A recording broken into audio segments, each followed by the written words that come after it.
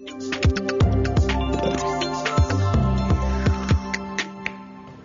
morning, everybody. It is 16 minutes past 6 o'clock on Monday morning, December the 19th.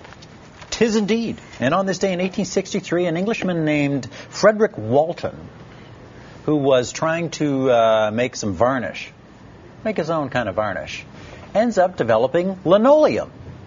Who knew? I guess the varnish dried or it evaporated, and he went, hey, I could walk on this.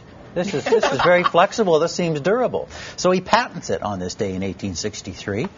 The name linoleum comes from a combination of Latin terms for flax, which was used in the process, and oil.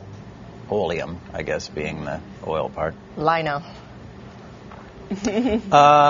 Despite the popularity of this product and its widespread use around the world, it was never actually trademarked, the word linoleum. And so experts in this field believe that linoleum was the very first product to ever have gone generic, to be used generically, the term linoleum.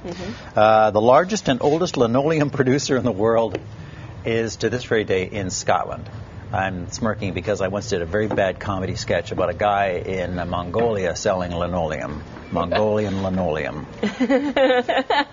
It exists somewhere in a library, and it will never see the light of day. Oh. On this day in 1986, an actor named Michael Sergio, 37-year-old actor, parachutes into the first inning of Game 6 of the World Series at Shea Stadium. He's coming down with a banner there that says, "Let's go Mets," in front of 55,000 spectators. Now, understand, of course, this was all pre-9/11. You couldn't get away with this. No. He went up in an aircraft with a guy, and they dodged incoming and outgoing aircraft out of LaGuardia Airport in order to get close to Shea Stadium. He jumps out. He parachutes down. They grab him. And they, of course, charge him. They fine him $500 and make him serve 100 hours of community service. This was the day he was actually sentenced. And because he refused to give up the name of the pilot, he actually was cited for contempt of court. He had to do a few days of contempt of court. Oh, I like that. Integrity. As well. He later won an Emmy Award for directing. And in case you wonder, the Mets went on to win the World Series that year. An Emmy for directing. 4-3. Yes, that's right.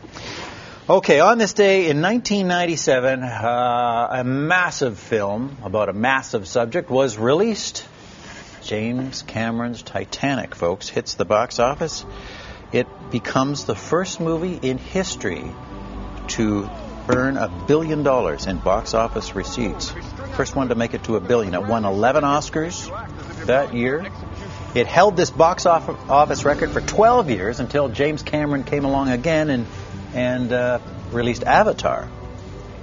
American Film Institute ranks Titanic as number 6 in its greatest epic movies. We talked last week about Lawrence of Arabia being number 1. The cost of the movie, $200 million, was more than it cost to actually build the ship, the Titanic, which, if you rounded that up in 1997 dollars, would have cost $150 million. I can watch the heck out of that. Can you really? I was going to say, that is why it was number 1 for so long, because people kept watching it over and over again. And you know there's that ghoulish sidebar to it about people watch for the propeller guy, right? The propeller guy. The guy that falls off and hits the propeller on the way down. For real? Yes. And that happened? He makes this ding sound. No, I'm just saying that's like a trivial thing people watch the film for. In a ghoulish kind of macabre way. People? Who people? Which people? You know, today is National Hard Candy Day. And I mention this because you may be out buying the favorite hard candy of the season, which is the candy cane. And I have a personal connection with this. Candy cane? Yes, one of my grandfathers was a candy maker. And when I was a child, he would come over to the house and he would make a massive candy cane that I would take to school, elementary school. I would feel like the king of the world. It was extraordinary watching him, boil down the syrup, pour it out onto this big marble slab we had in the kitchen, and then work the candy and then put the peppermint extract into it and make the color and twist the color around. And Charlie Chocolate Factory. It was really, it was unbelievable. And then he'd give me a candy. It can't harden up, and you got to keep it moving, yes, and it's got to be the right heat. It's like Venetian glass or something. It's art. Yeah. And I would take this candy cane to school. It was about the size of a horse's leg. And I was a big hero. And you shared it with your friends? Would you smash How would it you so everybody share could that? have it? Yeah, of course I. Like, What? is that how you do it? You'd smash it so everybody Sure. could have some? Well, what do you think? You're going to get 20 kids all lined up going. You Be a got to nice smash sight. it. Yeah. So a little harken back to my Oh. my past. That's lovely, David. Thank you.